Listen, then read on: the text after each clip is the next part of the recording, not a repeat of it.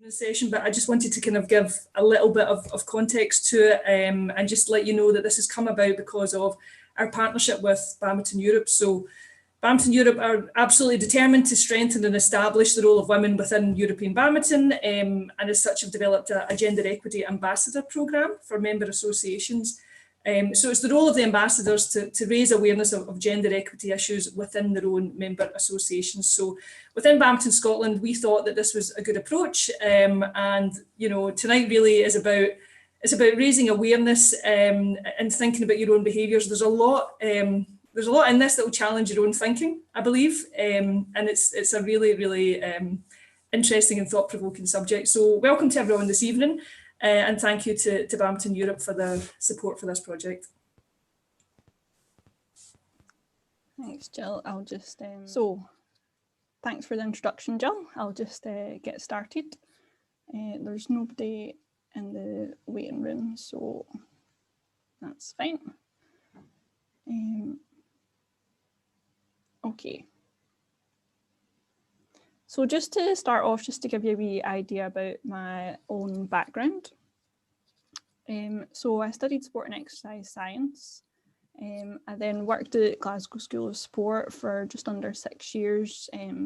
Primarily, I kind of led on the S&C for the badminton team. As well as that, I've worked in 4 football youth academies, so with boys football, since 2010 up till just now. I still work with one, although we're not actually able to train at the moment, a bit like everyone else in sport in Scotland just now. I've worked at Orium since the start of 2016, and my role there has kind of changed quite a lot within the last kind of 5 years or so. But primarily I've worked with the National Performance Academy, which is women's football. I also worked with the Scottish squash team for a number of years. I've taught a few modules on the sports management course at Heriot Watt, and worked with a lot of the sports scholars as well. So my job has been quite varied, and as well as that, I also travel with the women's under-19 national football team as well. And on top of that, I'm also doing some postgrad research looking at gender differences in sport. So hopefully that's where I'll be able to have some input with you guys tonight. So in terms of the topics that we're going to cover, so the first section will be on gender and sex. Then we're going to talk a little bit about framing of gender in sport.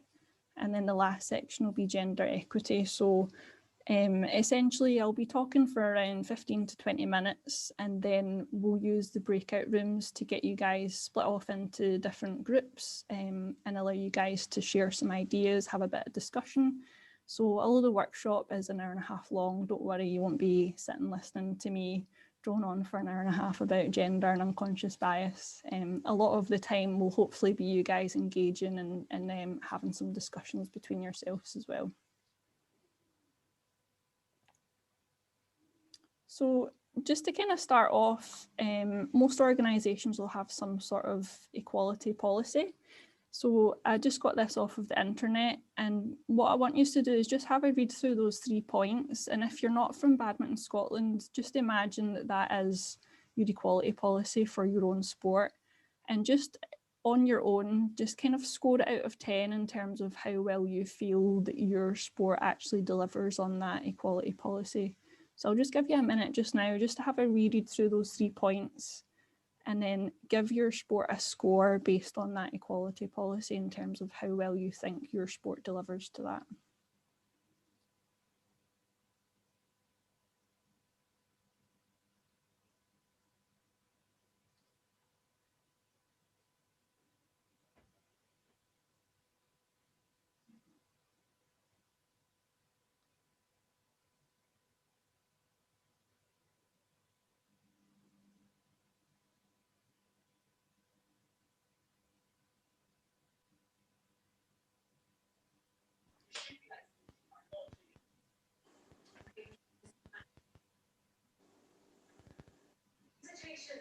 I think somebody's came off mute. Has someone got a question?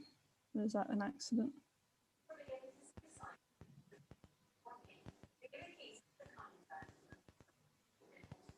No. If you can just make sure you're on mute, that would be good, just so that there's no feedback or anything. Perfect. Okay, so we'll move on. Hopefully you have managed to get a score of most of them, if not all of them. Okay, so the first section is gender and sex. So for those of you who made it onto the workshop last month, you'll probably have an idea of what's about to come. But just have a wee think about what do the terms gender and sex mean? Do these terms mean the same thing, or do they mean something different? And you see them getting used synonymously quite a lot within society, within research, forms that you fill out. Sometimes it says gender, sometimes it says sex. And actually, do these terms mean the same thing? No, they don't mean the same thing. They're actually two quite different things, although they are linked together. They do have a relationship between each other. So basically, the differences between gender and sex is that sex is biological. So it's based on your genetics. So if you're female, then you have XX genes, and if you're male, then you have XY. And that is pretty much defined to an extent. If you are female in the UK and Scotland, then you're going to be the same as a female all over the world. Females will have ovaries, they'll have breasts, males will have testes. It's pretty much the same across the world. Whereas gender is actually a social construct. So that is where society plays its part in terms of being a man and being a woman. So if you think about being a woman in Scotland and in the UK, it's very different to how women are across the world. A woman is not necessarily the same thing throughout the world. It very much depends on the society that you live in and what those expectations or those gender roles are of being a woman. So it very much varies, and it can be a spectrum. As I said, it's not the same everywhere. So for example, there's menstrual huts in Nepal where every month when a woman is menstruating, she has to go and live in this hut, which is outdoors. It's very poor conditions. A lot of women have died because of this. There's no biological need for her to do that, but the society has built up this expectation and this kind of feeling that women are unlucky when they're menstruating, and so they basically get banished from the house. So that is not a biological reason. That's not because of their sex. There's no biological need for them to live in the menstrual huts. That is because of the gender and the society and the constructs that have been made where they live. The same if you think about, women in some countries aren't able to vote, they aren't able to open a bank account, they're not able to drive, they might not have access to education, they might be sold off as a bride. These types of things are all because of gender. They're not because of their sex. They're not biological, and that's the main reason. The main difference between gender and sex is that gender is constructed by society and sex is due to your biology. So while I say sex is defined, it is defined to an extent. There is something called intersex, which is where a person is born and they don't necessarily fit within the definitions of being female or being male. So for example, people can have XXY chromosomes. And as many as 1 in 1,500 births are intersex. So that might not seem like that's a lot of people, but actually 1.7% of the world's population is more people in the world than are intersex and are Jewish and Sikh put together. So whilst you might think that doesn't really affect that many people, there is actually a lot of people in the world that have these intersex conditions, but they don't necessarily know about it. A lot of the time it's maybe not known until puberty, or it's not known until, for example, people go to try and have children. A lot of the time people will live their whole life without realising that they have this condition because it's not affected them in any way. So probably the most famous example of someone who's intersex is Caster Semenya. And if you don't know her story, then like I would really say like go and read about her, because it's such an interesting story, and it really shows how society is challenged in terms of how people are viewed. Caster has been kind of vilified quite a lot in the media, and it's almost as if this is something that she has chosen to do, but actually it's just down to her genetics. When a baby's born, you look at the external genitals, and that is the decision of, oh, this baby is female or this baby is male. And quite often it's not until something like puberty comes along and people actually think, oh, there's maybe not something quite right here, and then it's discovered that there's actually an intersex condition. So I don't want to spend too much time on that, but I thought it was worthwhile noting that although there's two sexes, male and female, there are quite a lot of people in the world that don't actually fit into those specific definitions as well. So in terms of gender, since that's what we're here to talk about, have a think about what does it mean to be a woman and what does it mean to be a man. So these are kind of your typical gender stereotypes, like your feminine gender. People will expect you not to be aggressive. They'll expect you to be quite submissive, passive, gentle, emotional, think about other people's feelings, being considerate, caring, that kind of thing. Whereas your masculine gender is more like you're aggressive, dominant, decisive, tough, you know, not wanting to cry, not wanting to show emotions, these types of things. And so how do we then internalize and respond to people who act out with their gender roles? For example, if a woman's been aggressive or a man's crying. So behaviours that are deemed not to be conforming with gender roles are typically perceived more negatively. So, for example, there was a study on French officials within football, and it was found that they actually penalised women players more often than men for aggressive behaviours. So that's an example of how people can respond more negatively when people act and behave or use language out with their gender stereotypes. So how much is down to sex differences and how much is down to the society that you live in is a question that a lot of people try to answer. So in terms of gender, how much is actually learned? So this is a picture from a Google search that I did looking for girls' toys. And you can see from this that girls are taught from a very young age of what it is to be feminine, what the society expects from them. You can see these toys are kind of centered around standards of beauty. A lot of games are in caring roles. You see a lot of dolls. A lot of games are around cooperative type games, like playing houses, playing doctors and nurses, these types of things where girls will cooperate with each other. Whereas the exact same search, except looking for boys' toys, you can see that boys learn from a young age about how to be masculine. So toys are generally based around construction, mechanics, games are usually very competitive.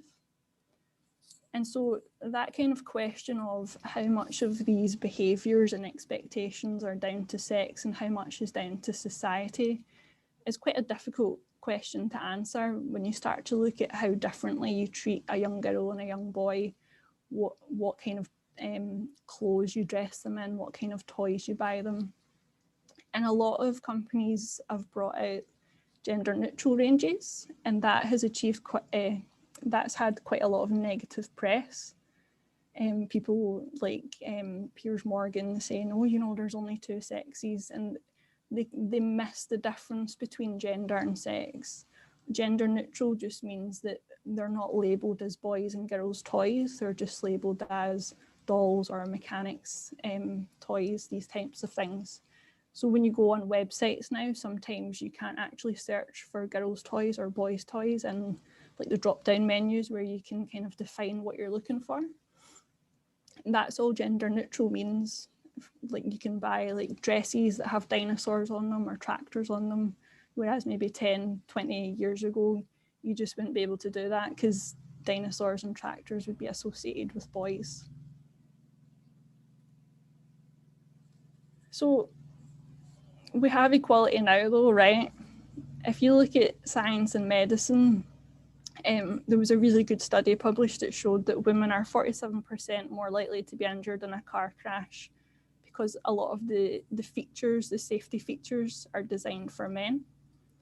A lot of research in medicine women are excluded from for hormonal reasons. So actually a lot of medicine is designed more for men than it is for women.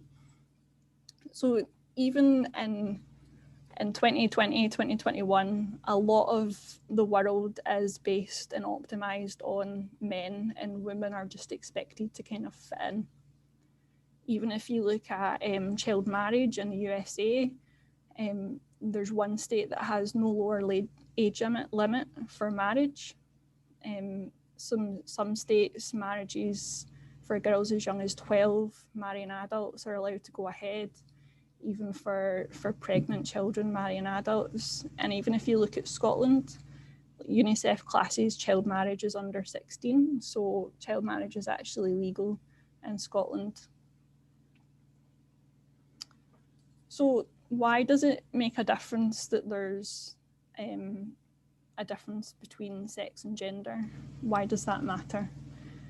So I suppose if you've identified a problem, so our problem is gender equality or gender equity, then you have to have clearly defined factors in terms of what might be influencing that problem.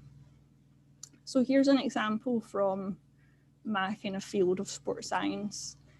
And these are papers that are clearly saying that they're looking at gender differences. But actually everything they're looking at is physiological based. They're looking at quadriceps to hamstring strength. They're looking at knee angles, kinematics, leg dominance, muscles. These are all physiology. So these are sex differences rather than gender differences, yet gender is used synonymously as sex. But actually, if they wanted to look at gender, then within Scotland, as an example, within football, there's something called Project Brave. And that is to try and improve the football training that is at Scottish academies.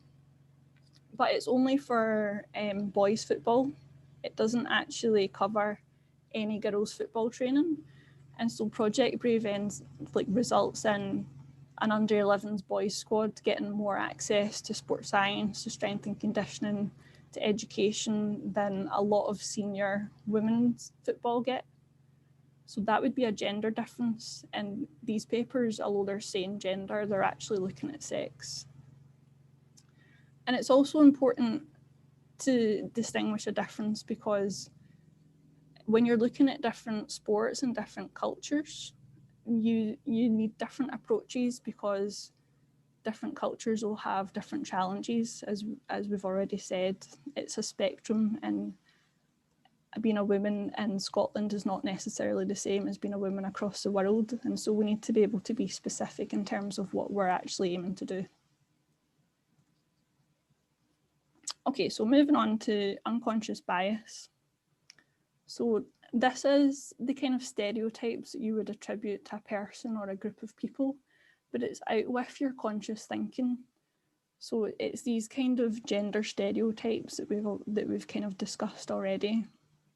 So if I was to read out a list of things, just have a think in your head about what comes to mind first, okay? Teacher, doctor, pilot, nurse, engineer, carer, footballer, coach. So I bet when I said some of those words, you automatically thought of men, and some you automatically thought of women. And that shows some of your bias your unconscious bias in your thinking. Okay, so it can also be referred to as implicit bias. It's basically the same thing. And as I said, it's when someone is making those unconscious bias decisions. So that can be that you're rejecting gender stereotypes, okay? So it can come from those kind of cultural beliefs about gender, and that can then influence things like workplace structures, practices, patterns of interactions that inadvertently favour men. And that can happen in sport as well. So even when someone is rejecting those gender stereotypes, you'll still unconsciously have these evaluations and these biases happening, but you're just not aware of it.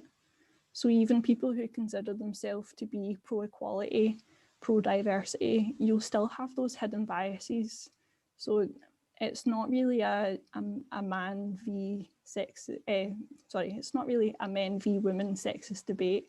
Everyone has this. So how do we actually address it? Well, the first step will be to develop an awareness, which is what we're essentially doing tonight.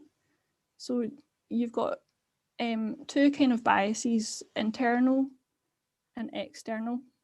Okay, so languages and behaviours are two things that we can control for. So your internal is within yourself and your external is within organisations. And once you've actually developed an awareness, then you can start to identify how that actually manifests within the organisation and what impact that has on your sport. And you can then be an agent of change as well, because change isn't going to happen passively. We have to actually do something in order to create that change. Okay, so think about what kind of language you use. Consider your own biases.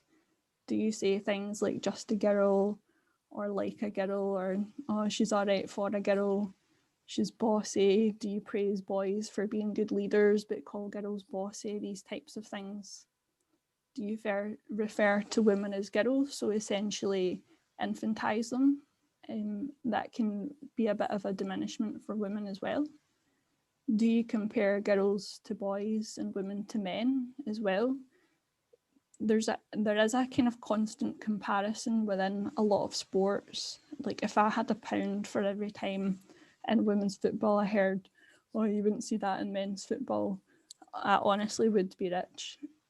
So there is this kind of constant comparison of girls to boys and holding boys up as a gold standard that girls are then compared to. So what is it that's stopping us from accepting the positive characteristics that women and girls can actually add to society and can add to sport? Why is it they've always got to be compared to boys and men? And so, as well as that, have a think about how your ideas of femininity and masculinity impact your communication or your decision making as well. And do you respond to people more negatively who aren't necessarily within their kind of gender role that you would expect as well? So I suppose the kind of subcontext around a lot of this language kind of implies to a girl that they're not good enough or they're worse than what they're expected to be, with this constant comparison to boys. So like, why can't we just accept that girls and women aren't boys and men and actually appreciate the values that they have? And there's campaigns that like always have like hashtag like a girl that really try to redefine that kind of language and empower girls, and to make them realise that being a girl is not a negative and it can be a positive. Okay, so moving on to external bias. So think about any kind of biases that you can identify within your organisation. So things to consider is the structure of your organisation, policies, any practices that are kind of normalised, language that's normalised, behaviours that's normalised.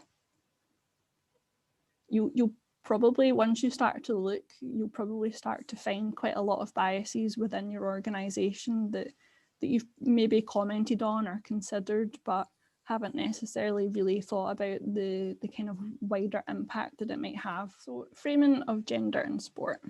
So there is something called gender theory, and this is essentially where man is represented as being the self and where women are represented as being the other.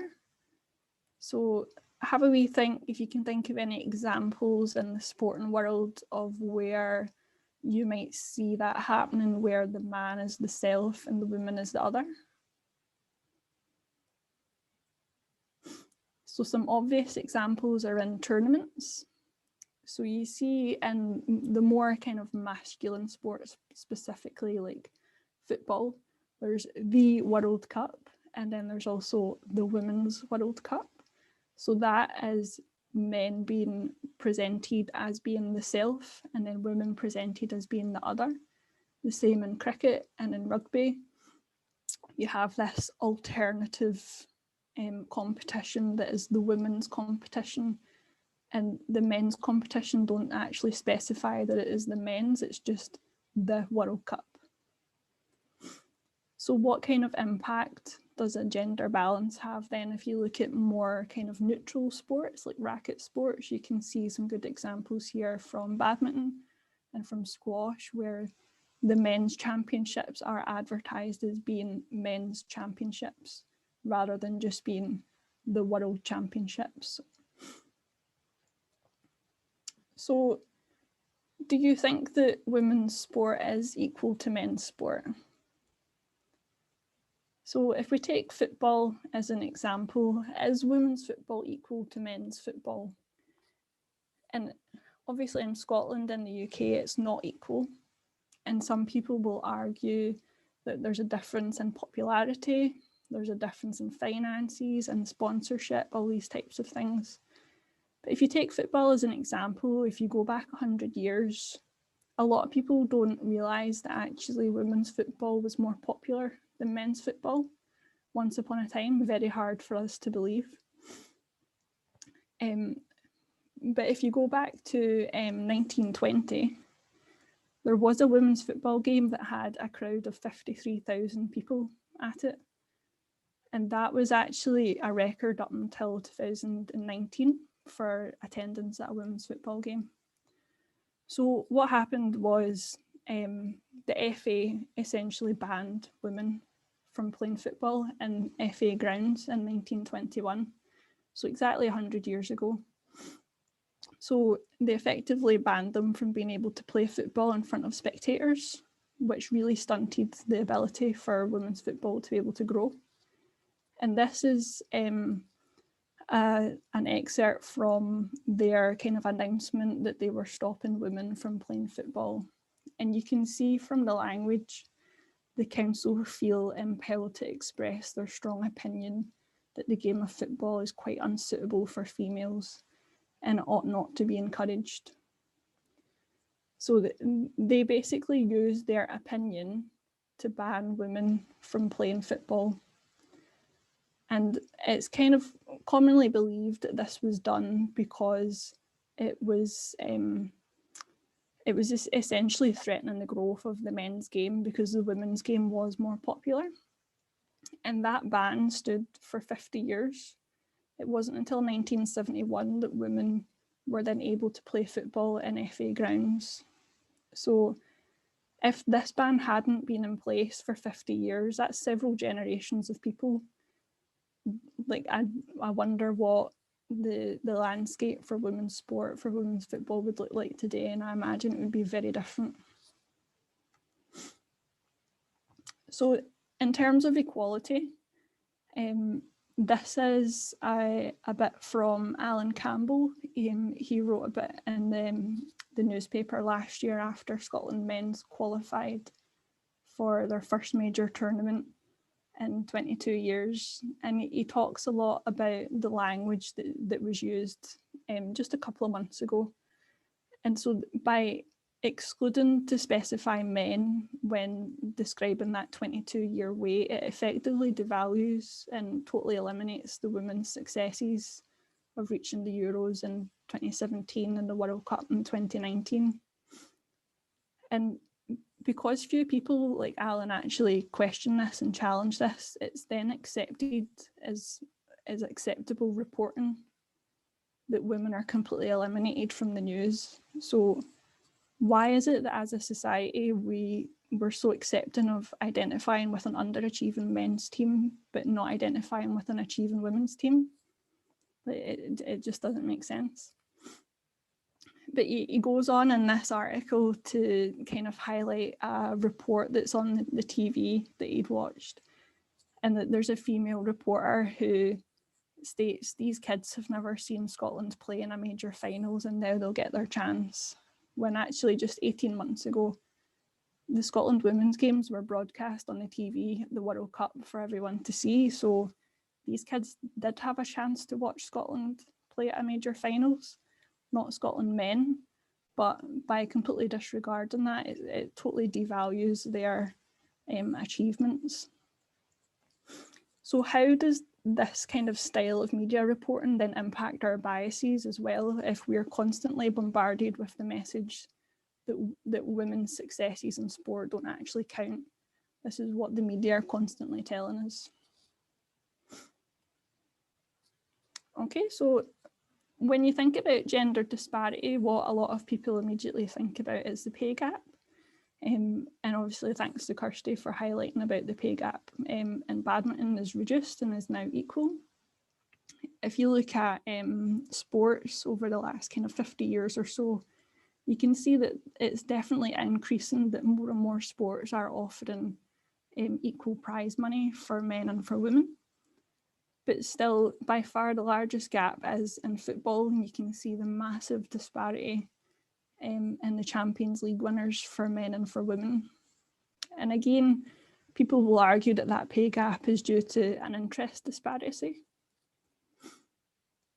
But if you actually look at the figures, like the worldwide viewing figures for the Women's World Cup in 2019 and for the Men's World Cup, there's only actually about 3 times more people watching the men than watch the women, but the disparity in money is much bigger than three times.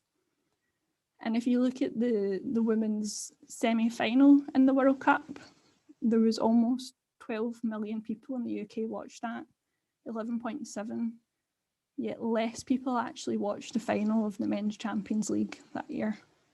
That same year, only a couple of months apart, more people watched the women's semi-final in the World Cup than watched the final of the Men's Champions League. And a lot of people are quite surprised by that. So actually, in terms of an interest disparity, you can argue that there is actually a lot of people interested in women's football. It's just not made as accessible as men's football is.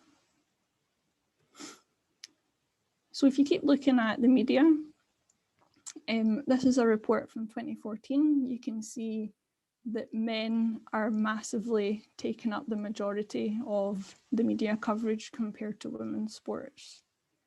And actually last year there was a survey, so last year being 2020, there was a survey that asked the UK public if they supported women and men getting equal media coverage.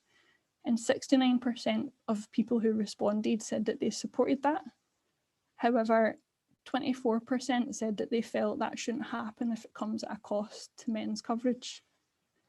So why is it that men's sport holds a monopoly over media coverage? Why is it that people are for women getting equality, but not if it comes at a cost to men? And it's not just the UK. If you look at the USA, so at London 2020 medals, Team USA, the women won 66% of their medals. And yet within 2 years, they only accounted for 2.4% of the media coverage. So you might think, well, what about more feminine sports, like aesthetic sports, look at gymnastics? They might get a bit more equality in terms of women versus men. But even if you look at the quality of coverage, men's gymnastics, the language that's used tend to highlight more technical phrases and technical language to describe skills, so it makes it more, it sounds more difficult that what the men are doing.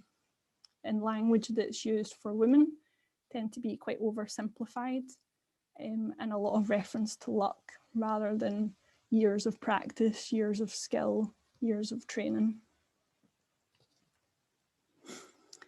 And if you look at photographic representation, you can see the massive difference in how women are pictured compared to how men are pictured. Women tend to be sexualized a lot more. Men tend to have more action shots.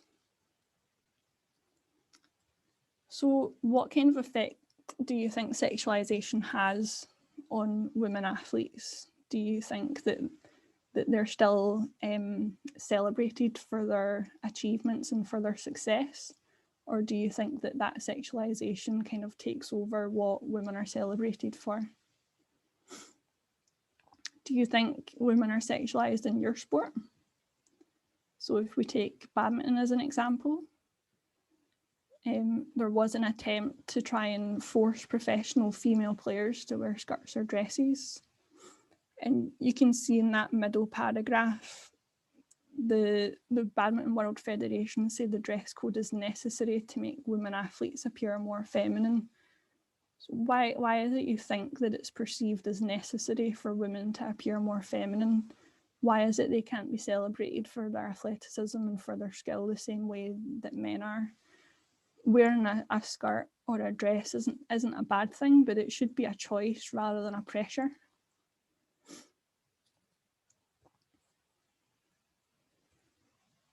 Okay, so we're going to move back into your breakout rooms. So a couple of things for you to discuss. And again, I'll copy and paste this into your breakout rooms. So do you think that women are fairly represented in the media or social media in your sport? So that can be athletes, coaches, any kind of level of representation. Do you think that women are celebrated in the same way as men in your sport for athleticism and for their success, as an example? And media and social media provide us with all our knowledge and information. So how do you think that affects and influences our bias as well? And what kind of effect do you think that has on your role in sport? Okay. So,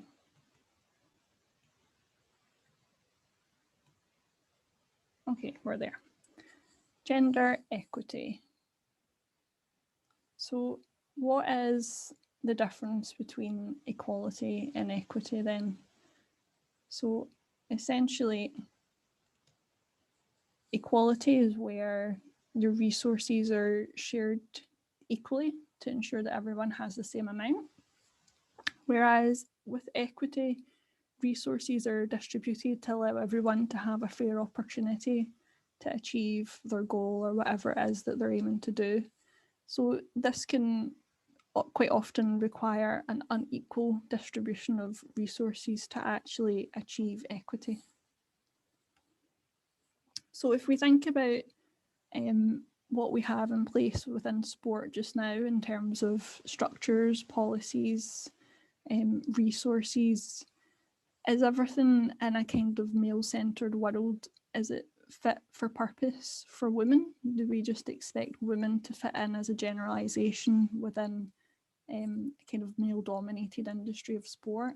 So if you think back to the example of car safety technology, where everything is designed for men and women are then just kind of expected to fit in. So it's highlighted by Kirsty after the first kind of section on the debrief. It's quite a kind of widespread problem of not having women representation at the top level in coaching. So if you look at, for example, the Olympic Games, you can see that over the last kind of 10 years or so, there's not really been an increase in women coaching at that top level, at the Olympic Games level.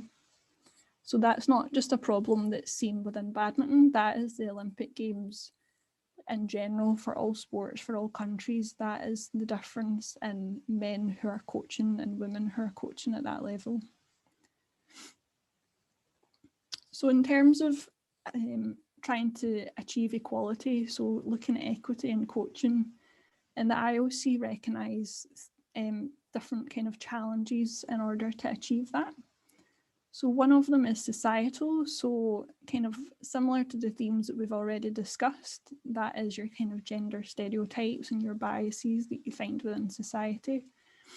And so they can be different for different sports within the same society, or they can be different for the same sport within different societies as well, because as we know, gender is not something that is fixed. Gender is something that changes depending on the society and the culture that you live in.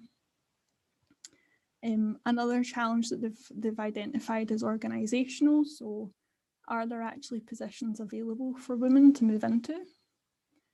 And then another one is interpersonal. So in terms of commitments that women have, they're sometimes quite different to what men have, because women are generally expected to be kind of main carers for children or for elderly family members, as an example. So are women actually able to commit to things such as courses on a Tuesday evening, weekend courses, travel commitments, time away from home, working at international tournaments, for example, in order to actually get to that kind of top level in coaching?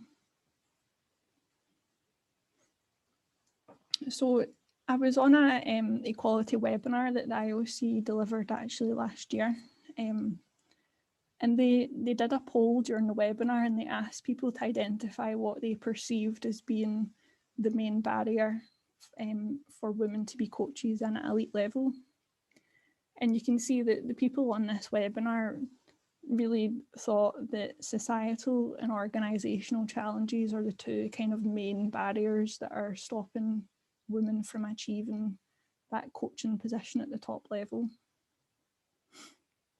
So if you look at leadership programmes that a few organisations have had, so for example, Women in Rugby, they aim to have 40% women's coaches by the 2025 Women's Rugby World Cup. So they have put in place this leadership programme, and you can look at the different kind of things that they're aiming to improve and to look at. They're looking at both internal and external, so they're taking quite a holistic approach. They're looking at these barriers within organisations. They're putting in training opportunities, mentorship programs, so they're providing opportunities for women to actually get experience. There was a mentorship program integrated into the Men's World Cup, so 12 women were actually embedded within those programs. And they've also identified that it's critical to keep giving that support once women actually reach the top as well. So it's not just about helping them get there, but it's about helping them to stay there as well. And another leadership programme was during the Commonwealth Games at Gold Coast. So they matched women with personal mentors, and again, they embedded them within coaching teams at the Commonwealth Games. They had CPD workshops every morning, they had networking opportunities, and again, it just provided them with that opportunity to get experience at that elite level. And when they went back 9 months later, they found that 95% of those people on that programme had found national or international coaching opportunities. So in terms of fixing the gender gap, we know that gender is not one specific problem. So targeting one single intervention or having one single approach is unlikely to be the answer. You really need to be looking at problems specific to your sport or to your organisation, really looking at changing the culture. So it's not really a small fix or a short-term fix. And there needs to be a commitment to actually having that diversity. So it's not just a case of ticking a box and moving on. There's got to be some sort of commitment to actually wanting to promote that change.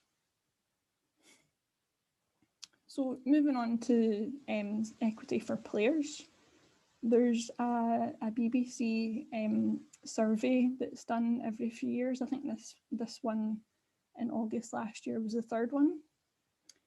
So badminton was one of the sports that was included in this, and as you can see, over 1,000 women in 39 different sports it was sent to, and they received over 500 responses. So quite a good level of an indication of what the perception is within British sportswomen. You can see the first thing is income.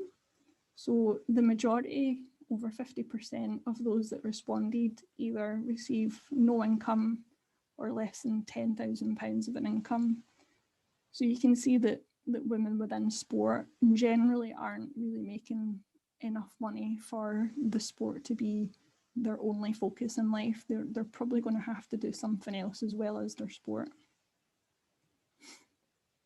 So some other questions around kind of pay and support equity.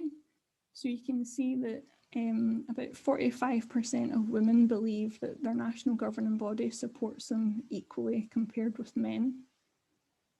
So less than half of the women that responded believe that their NGB support them equally compared with men. 84% don't feel that women are paid adequately.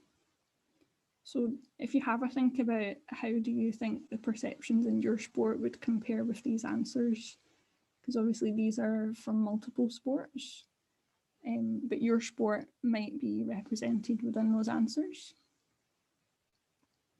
Some more questions were around media coverage. So 86% believe that the media reports on men and women's sports differently.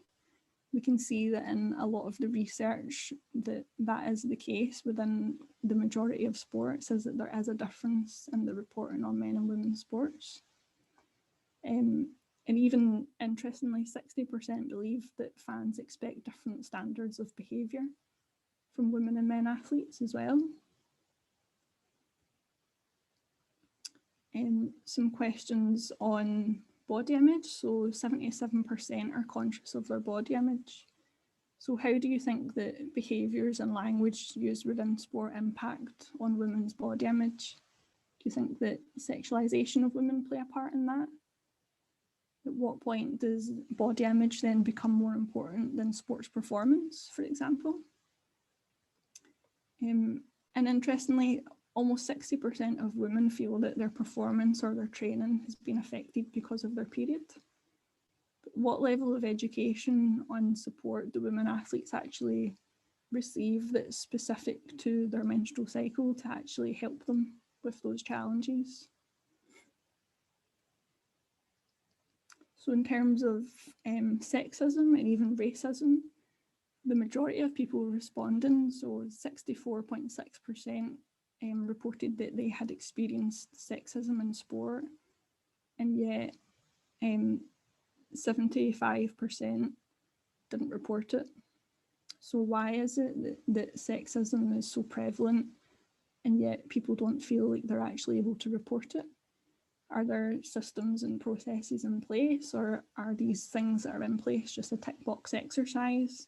Is there maybe something in the culture that results in women not feeling able to actually discuss these issues and report them? How can we then fix something if we're not aware of it? Or is there issues that maybe we are aware of, but we don't feel like we're in a position to be able to change them, for example? And then finally, this one, only 25% felt that they replied saying that they felt supported to have a baby. Would that be acceptable in any other workplace? Would that be acceptable in your workplace, that only 25% of women felt that they had the support to have a baby? Would that be acceptable for men to report that they don't feel like they could become a dad and also continue to work or do their sport at the same time? And then this one, have you ever had an abortion because you felt a baby would impact your sporting career? So 4.2% have replied yes, which might seem like a really small number, but that was actually 22 women that reported that they felt the need to have a termination because they felt that having a baby would impact their career. Would that be acceptable in any other workplace? So is there things that we can do? Is there processes, systems, support that can be put in place to actually help women achieve and excel in all areas of their life, both their sporting and their personal? So these are my kind of main takeaway points from that survey. So have a think about what kind of stands out the most to you, and is there any of them that you feel like you're in a position that you can contribute towards changing any of them? Obviously, like, this is the perception of athletes, therefore that is the experience that they're living in. So for example, if you feel like you don't feel supported by your boss, then that is how you experience your work, is that you don't feel supported. That is essentially the same as more than half of women reporting that they don't feel equally supported by their national governing body as men. And that is the experience that they live through.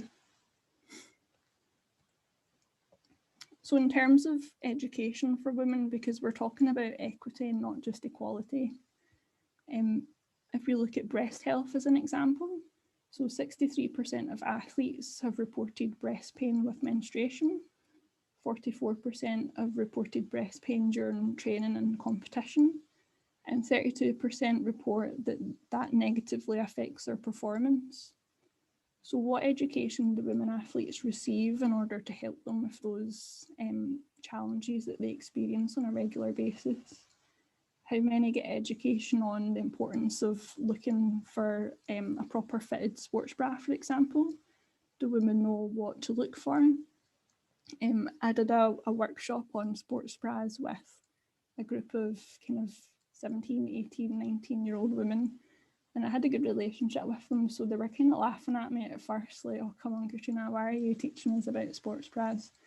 And see, by like the second slide, they were all sitting, like, couldn't believe that they'd never been taught these things before. They didn't know what different sports bras meant, what to look for, any of these.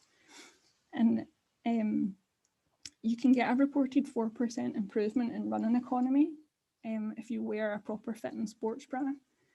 And if you kind of translate that to like a marathon performance, that equates to finishing a mile ahead in a marathon. So they can have a massive impact on performance, as well as obviously comfort and reducing pain. And the same for menstrual health. A lot of women don't receive education actually focused on their menstrual cycle. So for example, less than 9 periods a year actually increases your injury risk by 3 times, because it's really important for your bone health. So a lot of women will think, oh, yes, I don't have a period very often. That's a great thing, so I don't have to deal with it. But actually, there's really important implications in terms of their health that can come of that. So women really do need to be educated on the importance of having regular cycles, of tracking that, of looking at nutrition requirements specifically for women, and also how the cycle actually affects your training, because your cycle doesn't have to be a negative. There's actually lots of things that you can do throughout your cycle to make the most of the changes in hormones that can actually benefit your training and your performance.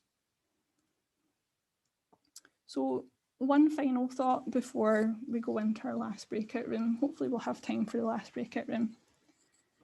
So this is a wee story about I think it was World War I. So there was planes coming back with lots of bullet holes in them, and a general was told, right, okay, we've got this extra armour here. Where do you want the extra armour to go on the planes? So he's looking at the planes and he's saying, right, well, they're getting lots of bullet holes across the wings, so let's put lots of extra armour on the wings. But what he was completely disregarding were the planes that weren't making it back to camp.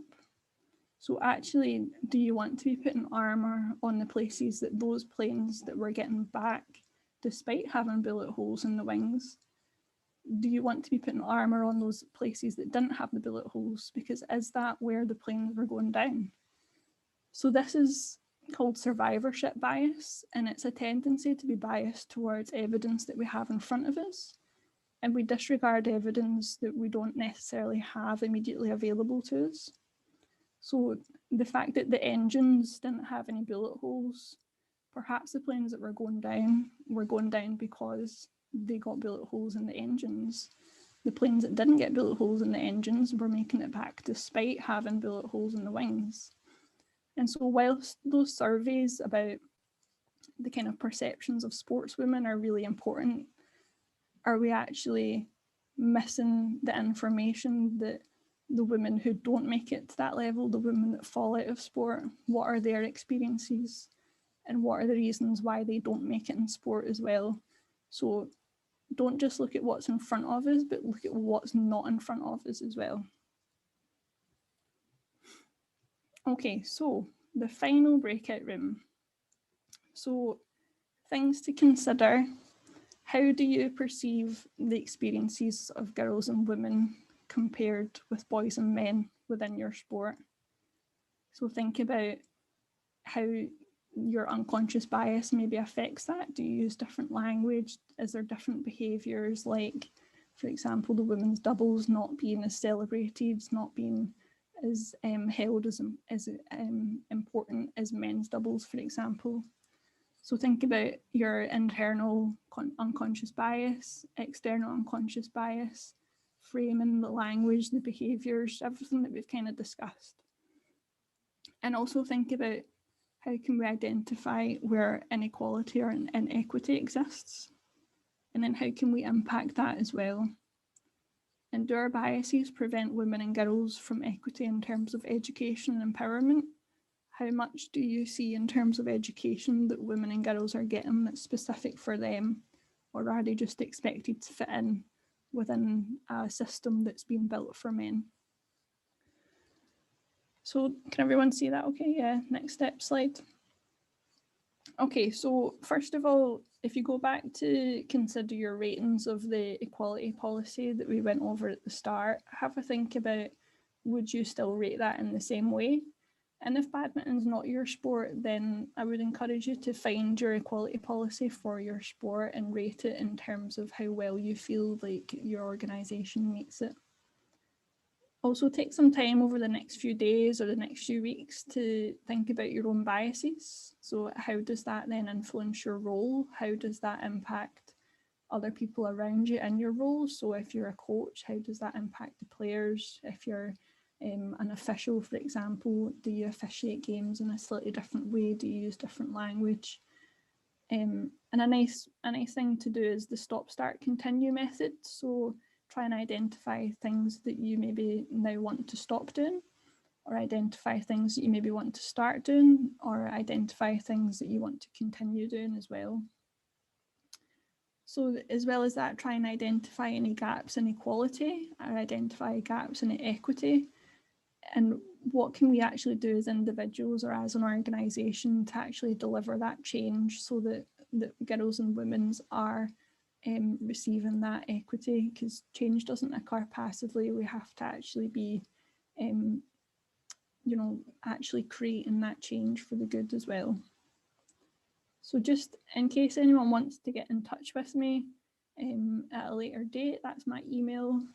And if anyone has any questions, then fire away just now, or equally, if you want to give me an email with any questions, then that's absolutely fine as well.